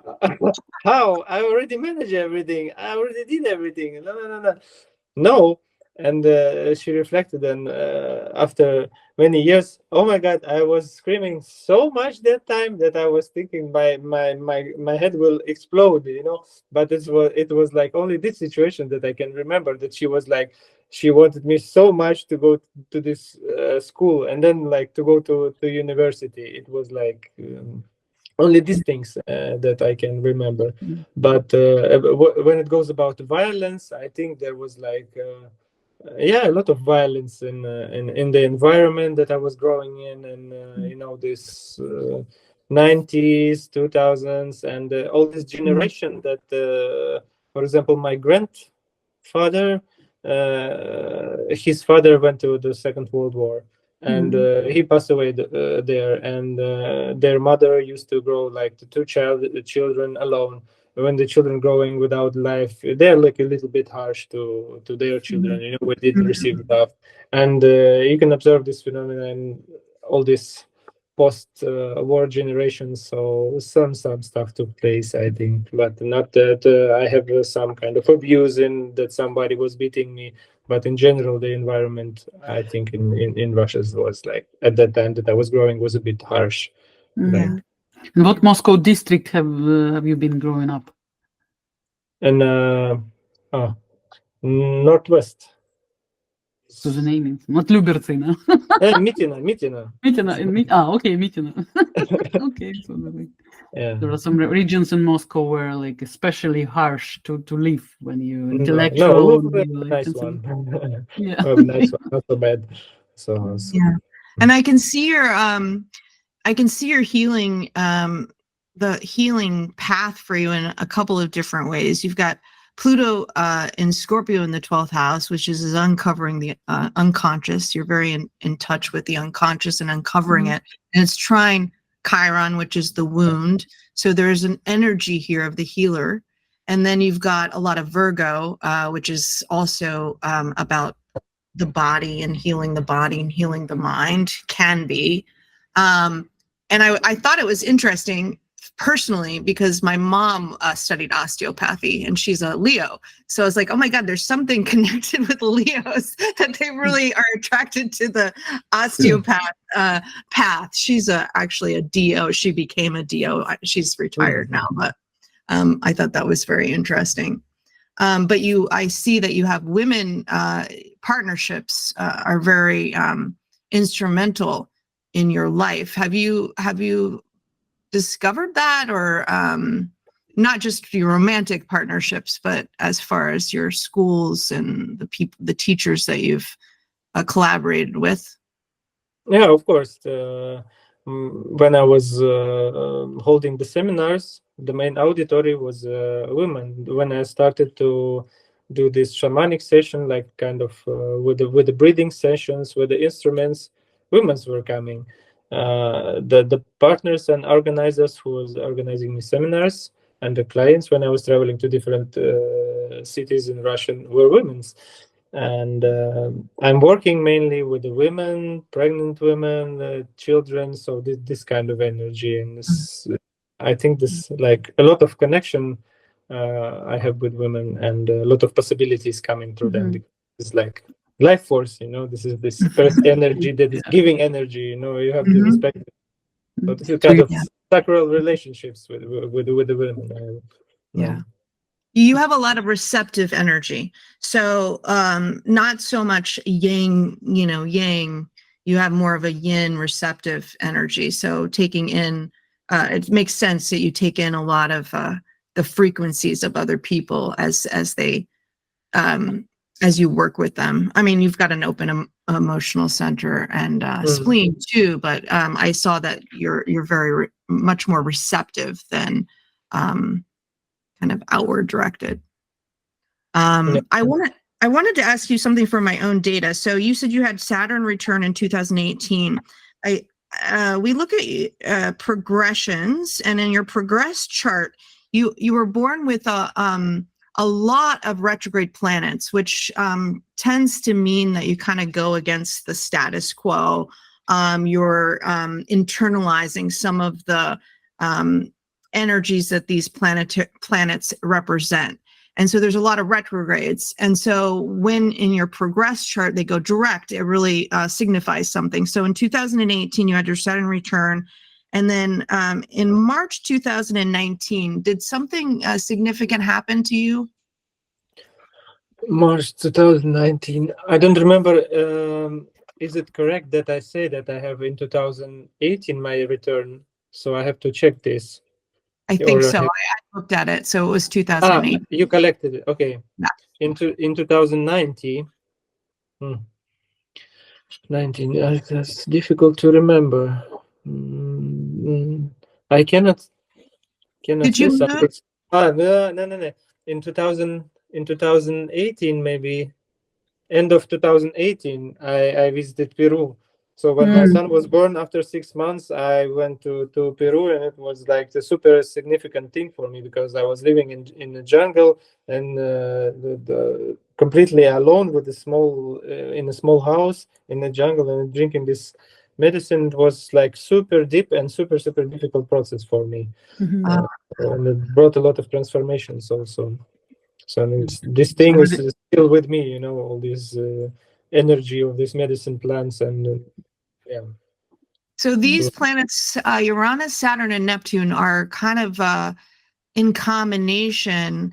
There's a series of what did I looked at the archetypes. I wanted to read a description of this. You have spiritual maturity and resolve, an incremental and responsible approach to one's holotropic or psychedelic unfolding, an ability to integrate and bring one's spiritual openings down to earth, a capacity to transcend conflicts and not take sides, a disillusionment that precedes rebirth. And during this progression, Uranus went direct in 2019, and then you had Saturn go direct in 2020, in June 2020. Did you experience another experience there? June 2020, we got separated with my ex-partner. So there was like another super difficult period because it was Corona, everything was closed. I have no documents. It was super difficult to find a place to live here, and everything in Germany was closed. So my documents was processing, and I was going around trying to find a place where to live, and my partner just passed away. So I left one in this city, and I have to use like the 3.5 months in a hotel before I can make my documents and be able to find some place to live. It was a really difficult time. Oh God! This summer it was super difficult for me. Did you say she passed away, as in she died, or you? No. Okay. They just we're choosing the another city, and then they just passed. Oh, okay. And then the last one was progressed Mercury, went retrograde. So there's some kind of now there's like an internalization of your communication, or your where you're traveling, or Mercury can represent a few things like communication, your thinking processes, what your travel is like, or work. So it went retrograde in January 14th, 2021. January 2021. Yes. And what happened there? Can you repeat it? Went retrograde. So there's some kind of this second part of your life. And that could be the roof, it's just the kind of maybe the detachment of what you're doing for your life path. It's in the 10th house, and Mercury is about what you're going to communicate, what you're going to put your efforts toward, processing, things like that. It could be child oriented, or how you're exploring different modalities. That's what I can come up with now, but it did go in progression. It went retrograde in January 2021. I would say when we get separated, and then I started to live alone. So all this year I started to learn a lot. I started with the shamanic school. I finished yoga teacher's course. I did tarot studies.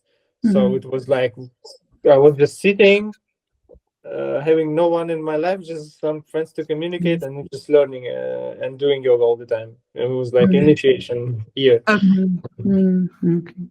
How many certificates do you have, Sergio? It's like impossible. On your website, how many certificates or something like that do you have? You do not count it, I suppose. Yeah, the different ones. It's always interesting to learn something new and then come back, because actually this is like you can see and integrate everything together. It's interesting thing.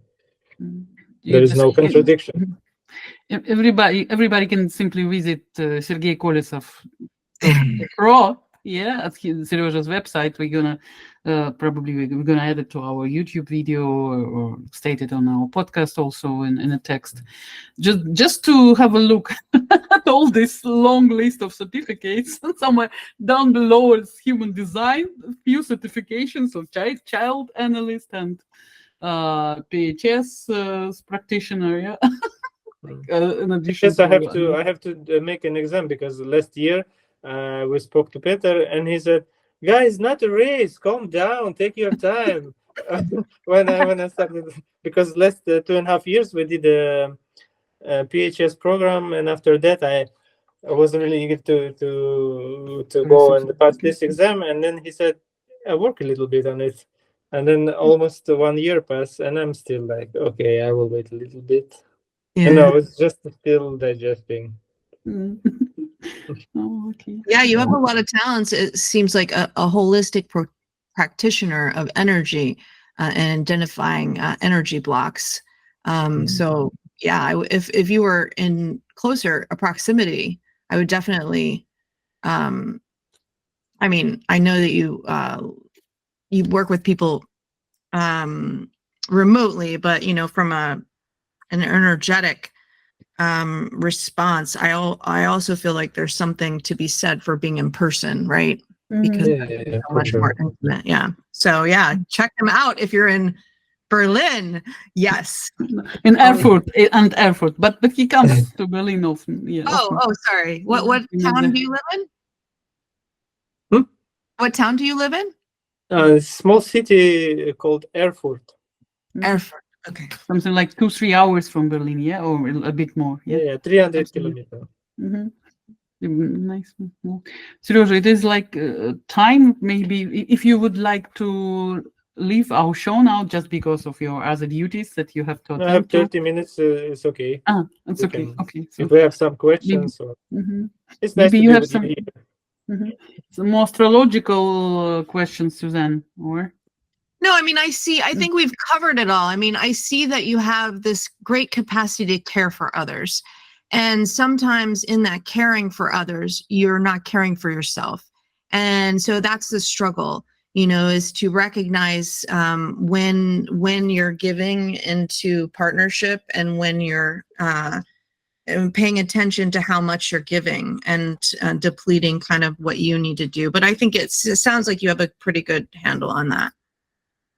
Yeah, it's always something to work on. I think I'm going to balance. Then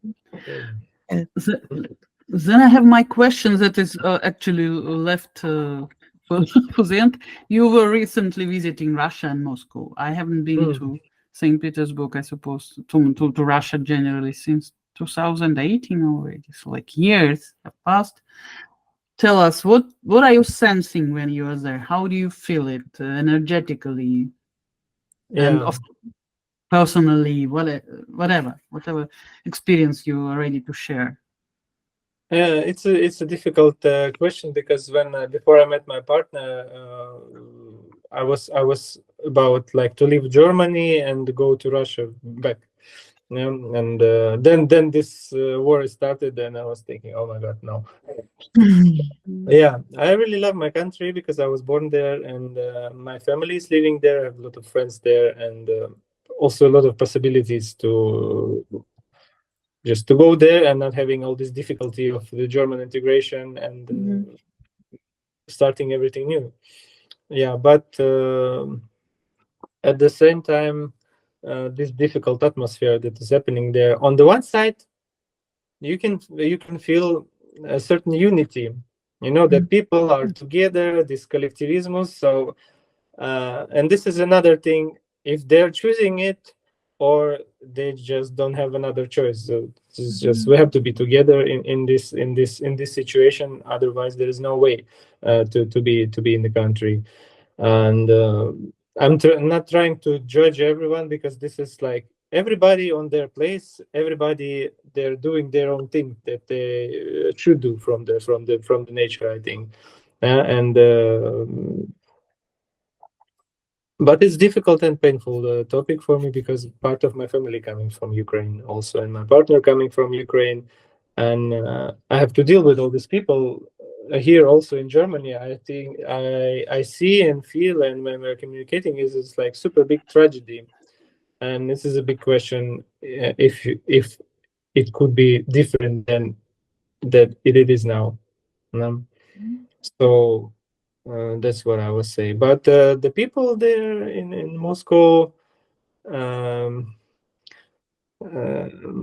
do you say it? The business is developing, the people building houses and building their future. They're like there's a certain safety there, and it's difficult to observe all this. Two different poles because when you're coming here and communicating with people that have their own businesses and the houses and everything, their life, they have to start from the beginning, and then you're coming there.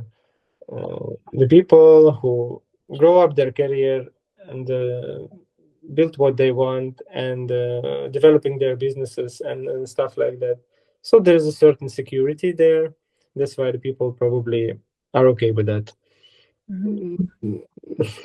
So this is the situation, and it's sometimes I feel that my heart is dividing because I really like my country, but at the same time I really like it here, and I believe that it can be like some kind of friendship, because I'm like idealistic or something, because I think and Germany and Russia have a lot A to lot do of things together. in common, yeah. A lot of Because things the in common. people here, and I think we're on the same wave. There is this understanding, and I believe that maybe some moment will come that all this bullshit story will go to end and will be a normal human interaction.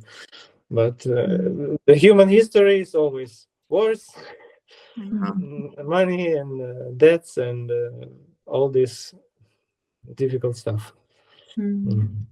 But do you feel some kind of energetical difference, for example, with the Moscows that you've grown up? Has anything changed? Yeah. Of course, it is changed. It got more strict. You have more control. I mean, the energy is a bit. I don't know. This is my perception. It's like a bit gray. I feel when you're coming to the big city, but I don't know the reasons are, or that you have these billboards come to us, like the man with the weapon and stuff like that. Or but there is a certain, of course, this is like difficult atmosphere there. It's difficult because some people went to the war. uh, some people have fear what will happen, and this is a big tension, but people trying to be together, Yeah, that's go through it, collective. and So you yeah. feel this, not a collective one, like tribal, actually. Tribal. Tribal activity, because when you're going to the, I don't know, or it's TV or it's like the global informational thing, but if you're going to different seminars to communicate with different people, everybody speaking in the same direction, like a little bit against American direction, like a bit Yeah. against West direction. It's like we are together and we have this enemy. Yeah. That's what I'm observing. Yeah. And yeah. That's how the propaganda works, right? And in a way, it can be healthy, if you're going in the same direction as a country, and to pin the evil people outside of your country, because it focuses your people and it helps unite them. So it just is just different perspectives. It's just different agendas. And so it's hard to I mean, I think every country talks about the other country differently because they can see from outside it, and they're like, oh, well, that's wrong and that's bad, but they have their own issues in their own country that they're not seeing inside of their own country. It's very divided in the US. It's pretty unhealthy. There's a lot of mental unhealth here. So, and then other people see America as being, the ways of capitalism is great. So I think it just really depends on your perspective, and where you're from. And I think it's uniquely wonderful when people are outside of their own country. They can see, and that's how kind of I think we expand our consciousness, is that they can see all the different perspectives and the different sides, and hopefully at some point unite other people to that personal experience of that different perspective, and bringing unity between people. Yeah. If it is generally, so I definitely remember I first time actually left the country consciously when I was already 27. One time I traveled with my father to Istanbul, but okay, I was 23. But first time I left Russia for Finland for a dance festival, I was 27. And I was crossing the border on a train from St. Petersburg to Helsinki. It's like 4 hours on a train or something like that. And I remember this feeling when I'm crossing the border that my shoulders are like feeling much easier, and I'm doing like that. It was like not even an energetic feeling, but I felt like pressure was not so strong. Like something changed when I crossed the border. So I definitely, so this was a true feeling of mine, of my body. I didn't expect it. I didn't plan it. There was no war at that time. Nothing. It was like many years ago, end of perestroika time. So like after a few years after perestroika ended. Yeah. So there is some energetic difference, but for each country. But maybe the countries with a history like ours, when a lot of pain and suffering and torturing each other, like not even the foreigners, yeah, so people from other countries, but like let's torture ourselves. That's where are we at best, Russians. Sorry. What you've mentioned, I was experiencing by going from the East Germany to the West Germany. It's like to the Holland. Here in where I'm now in East Germany, it's more dense. You can feel like this presence. When you're going to the West, it's more like. You mean to the West? Exactly to what I'm Holland? You mean to the experiencing, Netherlands? Or yeah. That's a different mentality. I definitely can confirm, because 2 years ago we were traveling to the Netherlands, and I had a colleague, and she's living in Bonn region, and she's saying, Tanya, when I took my kids, my husband, and we always have our vacations not in Germany. Germans are traveling a lot around the country, but they travel always to the Netherlands. Like you travel to same 2 hours, but you feel much more relaxed. Yeah. That's amazing. I heard the Netherlands is pretty uptight. See, this is the individual perception. Yeah. Yes. When you have a work there and problems and this Steuer.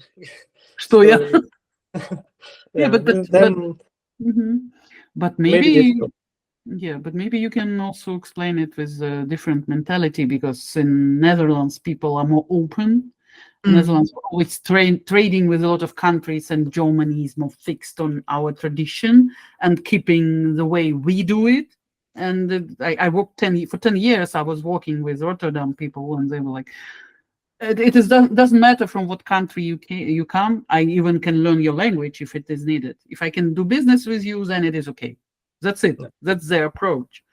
And that's why I definitely feel much easier when I'm in Netherlands. So that I've been there many times. It's like strange. After Germany, and after 10 years in Germany, I can only confirm. Yeah.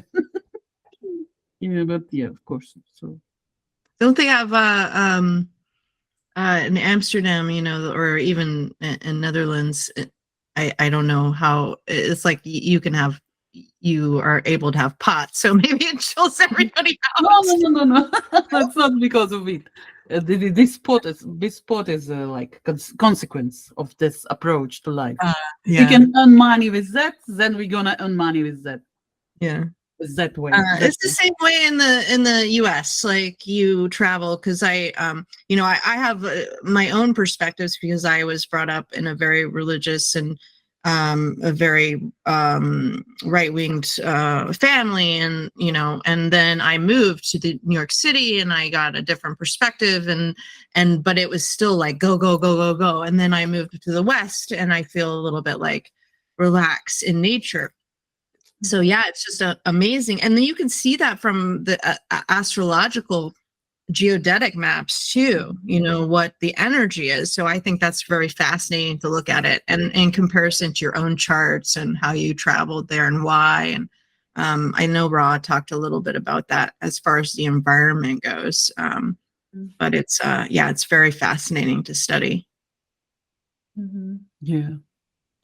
I just stumbled upon an astrologer on YouTube, and she's experimenting with moving from one point to another, checking with this geodata and her feelings and the way the planets. And so, for example, to start her online course on astrology, she moved to a special point. She thought, like, let's experiment how it works there, and then she moved to another country. So she travels all the world. And tries different locations. Yeah, that's that's interesting. Wow. And sometimes you have no control over that. It just is like your body moves you. Like it's not something that you can control. I certainly didn't have. I mean, I felt like forced out of New York City. I had been trying to leave for a good 5 years, and then Uranus opposition hit, and it was like, it's time. And then it was time again, 3 years later. And that totally was not anything that I controlled. It was just something that happened. Yeah. The place is attracting you. Yeah, I mean experiences, you know, and people that you're supposed to meet, and yeah, so it's amazing, I think, because every time I jumped, it was like a revisiting of my past. You know, it was like Uranus opposition and then Chiron return. So it was like me coming closer to my home so that I could relive some of the experiences and understand and heal from them. Yeah, and sometimes one has to move farther from your home to heal the experiences. Yeah, Yeah, in my case, definitely. for sure. Yeah, but it's different. So maybe it's time for us to start with our judgments. Yeah. Yes. What do you think? Seryoja, first of all, so Seryoja, we say like form of name Sergey. So, Sergey, thank you very much for such an thank you. interesting input. I've learned, we both learned a lot from you during this interview, and how brave you meet all these adventures in your life, how brave you are with learning new things and implementing new technologies and the things you're doing. Like, that's amazing. Thank you very much for Thank sharing you. your time with us. Yes, and please continue to study and share your results of your studies about PHS. I'd love to hear them, and hopefully we stay in touch. Yeah, for sure. Thank you so much. It was nice to talk to you. Bye. If you want to leave, you can do it. Yeah, or you can stay and listen to our judgments. Yeah, I can stay 10 minutes more. Like, okay. Okay. No. So Suzanne, yeah, here, yeah. She prepared something interesting. Yeah. Yeah. So yeah, I wrote something so that I could focus myself on it. We have the judgment channel, right?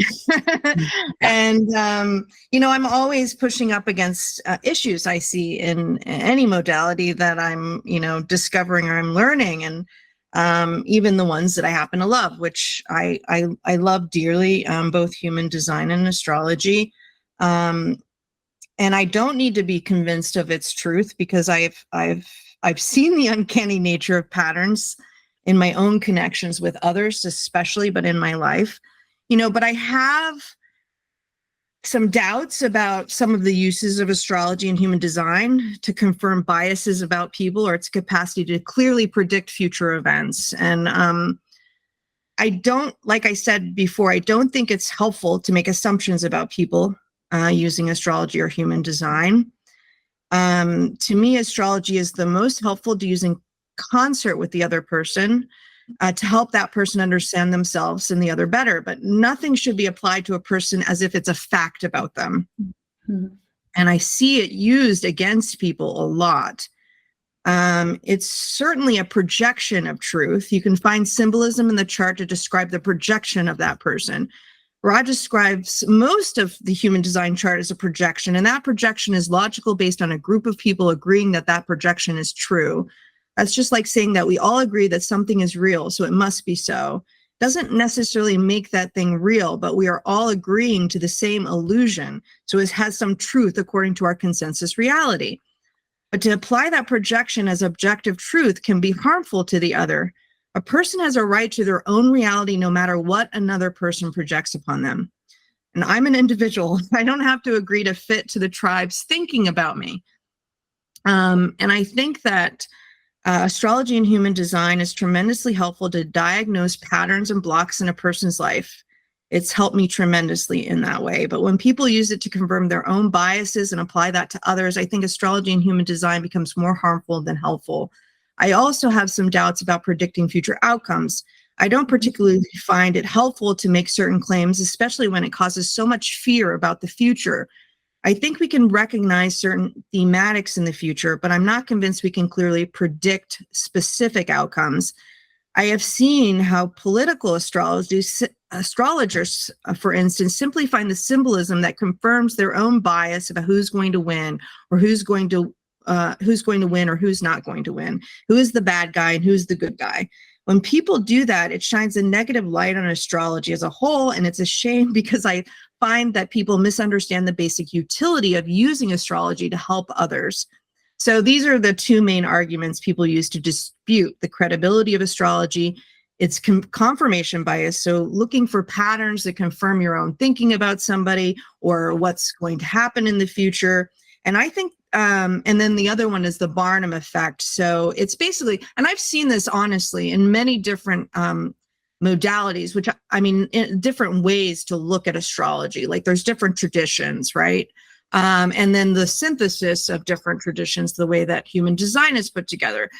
Sometimes people look at it and they dice it in different ways, like sidereal, or, you know, they look at, there's this one woman who does beyond human design, and I met somebody else who does, you know, oh, you should look at it this way, and I see truth in all of it. And I think that you can, you know, you can see yourself in multiple ways, because we're not so confined to this. We have definite patterns, and I definitely think there's themes to those patterns, but we're everything. And depending on who you're with, you're more that person or the other, because they're conditioning you in certain ways that bring out and highlight these parts of you.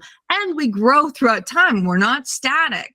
So of course we can see each other, ourselves in multiple ways and in multiple views. And so I don't think it should be so specific to say, oh, this is the specific way that's true. It's just like me growing up in my religion and my mom saying, you are going to hell because you don't believe exactly the way that I do. I think it's exactly the same in astrology and human design. You can alter certain things. You can take a slice of something and look at it differently. I don't think that people should say this is the one and only way, but that's my take on it. And I think that it's symbolic. You know, astrology is symbolic and archetypal, and it's a tool to examine different cycles and patterns in a person's life. And I don't think actually it's an objective scientific truth, but, you know, I think that it's a blend, you know, because astrology and human design and all of these different things that we've learned, like even like scientific truth is not truth, because we're always learning, you know, we're always like somebody says, oh, I got this thing and it's true. And then like years down the line, they're like, oh, that wasn't really true. We just thought it was true. And we've come to a new understanding. So I think that's kind of wiggly, the ways that people describe science and the ways that people think, oh, exactly, human design is exactly the thing that describes human consciousness. I think it's just one way to describe our experience on this life. And I think that people should allow other people to have their way of seeing things. So that's my take. That's my judgment for today. Yeah, but it's quite a deep look into this confirmation bias. Can you tell just a little bit more about Barnum effect? So this confirmation bias. Barnum effect is basically when people, because, and especially I think when you're a new astrologer and you really haven't taken the depth, because I definitely think there's a lot of, because they say, oh, well, astrology is not really objective, it's more subjective.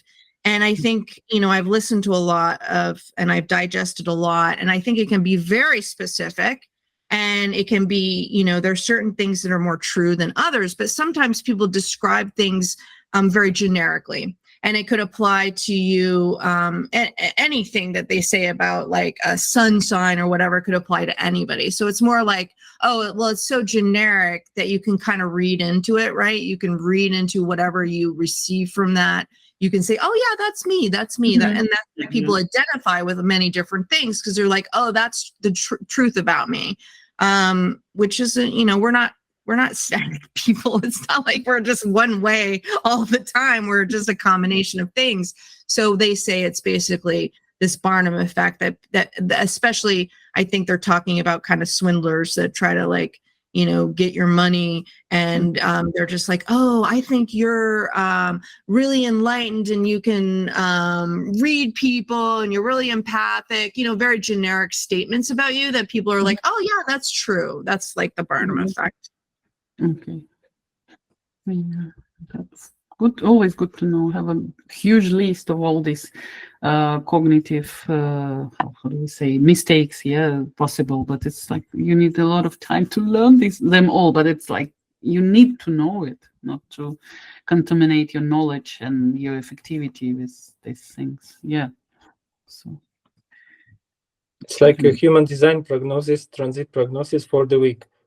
This week is week of focus. Of course, all people are focusing. Yeah. Where are you focusing this week? Yeah. I was focusing. Week of starting something new. All people starting something new every day. It's like, and this is this kind of sayings thing. of Peter Schober pupil, yeah, because he is like Peter Schober is like really deep into weekly and transit and all this stuff, yeah. Yeah. But you're not. Like, me too. This is focus of attention. If you see it, then it becomes your reality, as you said. And when a lot of people see this, then it becomes the generalized reality. Yeah. And It's Alok just is saying like- like, yeah, so he doesn't care about transits at all. So Alok was saying it clearly, pronounce it. So he's not into this. Yeah, am I right, Suzanne? Yeah. So you spend some time and he's I mean, concentrating on living your life, your unique design, and so on. Yeah, I mean, I think he's gone to a place where, he's let go. I mean, I don't know how far along, it took him, but it's like, I don't need this anymore. My life is my teacher. What's in front of me is my teacher. And I think he's right to say, people get so, it's a mind candy. Ra always said this about, it's mind candy. It's for your mind to like, and you can get obsessed with it. And you can try to anticipate it. We want to control our lives. And so the ways that people do that is by, oh my God, they're trying to anticipate what happens. And I think that can be helpful. I love Peter Schrober's to forecast. I like to learn. And so I like to kind of anticipate what's ahead. But when you hold too tightly on that, it's like you're missing the actual life that's in front of you and you're not like living it. And what this passenger consciousness is about is really being fully present in your life and just kind of like watching the movie, right? But you're watching your life unfold and you're being in the life. Yeah. So let's continue with my judgment. On my side, everything is much more emotional. But thanks a lot, Suzanne, for such a deep approach to all these cognitive. I forgot the word. Mistakes here, but the ways we can manipulate information and thus perceive it not in a totally correct way. On my side, so my family this week received German citizenship, and I'm just reflecting. I'm like, who is that? Yeah, so I just generated this picture with artificial intelligence just for fun. Yeah, we didn't. When we were done with this very short ceremony, my husband told me, like, we didn't make a picture. So everybody who's coming out of, not everybody, but many people who are coming out of this room, they make a picture with the German flag behind them. But the whole family, like 4 projectors, like, no, we do not need it. It's like formality. No, let's go. So I generated the picture because we didn't do one. And I'm trying to observe how is it all going inside me, because this is the main topic. I had a concert on the weekend. I finished a beautiful, brilliant book. I had this and that, but still this thing, it is like 10 years of experience, intense experience of immigration, 3 years of waiting for receiving these documents. And now this process is behind my back. And I'm literally feeling like my body, my muscles are more relaxed. Like I suppose my psyche is also changing at the moment. I definitely remember the year when I finally received a permanent registration in St. Petersburg. So maybe, but it is important to have an official address in the United States, not only in Moscow and St. Petersburg. Yeah. So when I was studying, I had a temporary registration. Yeah, and my dormitory, where the students live. And then when I left the university, I had nothing, because I didn't have any apartment there and so on. And finally, my mother moved to St. Petersburg. She bought an apartment. and I was registered there, and it changed totally the perspective somehow. Yeah, so like now I'm permanent in this big city. I'm not a newcomer anymore. Somehow I'm like fixed. I'm here finally. So it changed my perspective definitely, and I had a massive life changes after it. Now I couldn't even imagine what would unfold itself here in Germany after I received citizenship. So let's see, but it's like I feel it on, of course, on the level of my body, not only here in my head. Yeah. Mm. That's Congratulations, Tatiana. yeah. I know that must be a huge relief. Yeah, And, huge. Yeah. Mhm. and next time, use artificial intelligence to put yourselves in there. So we're gonna. But it was funny, like Volodya was like, It's funny. okay, so maybe it's nice to have photo me and all two kids like. So funny. Yeah. So next Yeah. time, yeah, okay. I'm gonna do it next time like that. Mhm. So that's it for today, I suppose. Yeah. Yeah. Congratulations. Are you going to celebrate? Oh, so we did some celebration. So I suppose we're done already with it. No Awesome. extra energy for big celebrations here, to be honest. So both parent projectors, we decided like, okay, that's enough. No, That's nothing. We have a lot of things to do. No energy, but maybe later. Maybe Good. later. So thank you everybody who survived until the end of this wonderful episode. Like I was always saying, so then you can say something for more optimistic approach. Well, it was great. It was great talking to you both, and that's all that matters to me. I hope somebody got as much as we did out of this episode, and thank you. See you next time. And you need to do your closing because it's the best. What is it? Yeah. So you mean mine? Yeah. So like, thank you. Whatever you say is funny. Ciao. Maybe it is ciao cacao, but thank you. Thank you very much, Serioja. Yeah. Ciao cacao, everybody, and thank you very much one more time. Bye. Yeah. Bye bye. Ciao.